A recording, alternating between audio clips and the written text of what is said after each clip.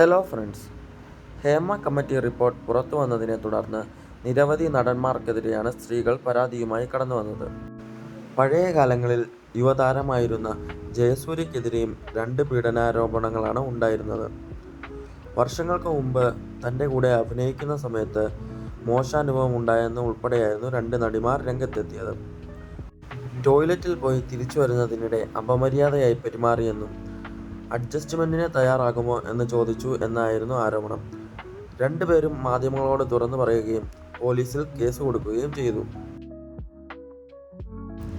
എന്നാൽ ഇതുവരെ ജയസൂര്യ ഇതിനോട് പ്രതികരിച്ചിരുന്നില്ല.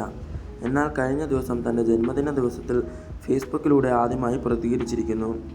ഫേസ്ബുക്ക് പോസ്റ്റിലൂടെയാണ് അദ്ദേഹം ജനങ്ങളോട് മറുപടി നൽകിയത്. കഴിഞ്ഞ 1.5 മാസക്കാലമായി അദ്ദേഹം ഫാമിലിയായി അമേരിക്കയിലായിരുന്നുവെന്നും അവിടെ വച്ചായിരുന്നു തനിക്ക് 2 വ്യാജ പീഡന ആരോപണങ്ങൾ ഉണ്ടാകുന്നതും.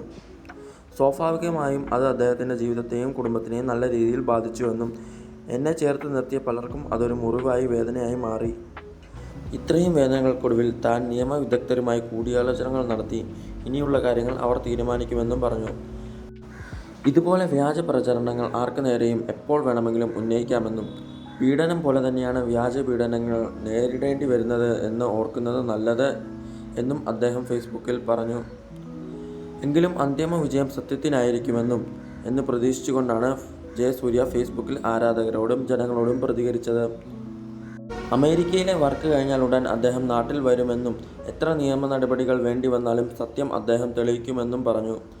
അദ്ദേഹം നിയമത്തെ നല്ലപോലെ വിശ്വസിക്കുന്നുണ്ടെന്നും ഈ ജന്മദിനം ഇത്രയും വേദനയാക്കിയതിന് അതിൽ പങ്കാളികളായ ഏവർക്കും നന്ദിയുണ്ടെന്നും പറഞ്ഞാണ് അദ്ദേഹം ഫേസ്ബുക്കിൽ പോസ്റ്റ് ഇട്ടിരിക്കുന്നത്.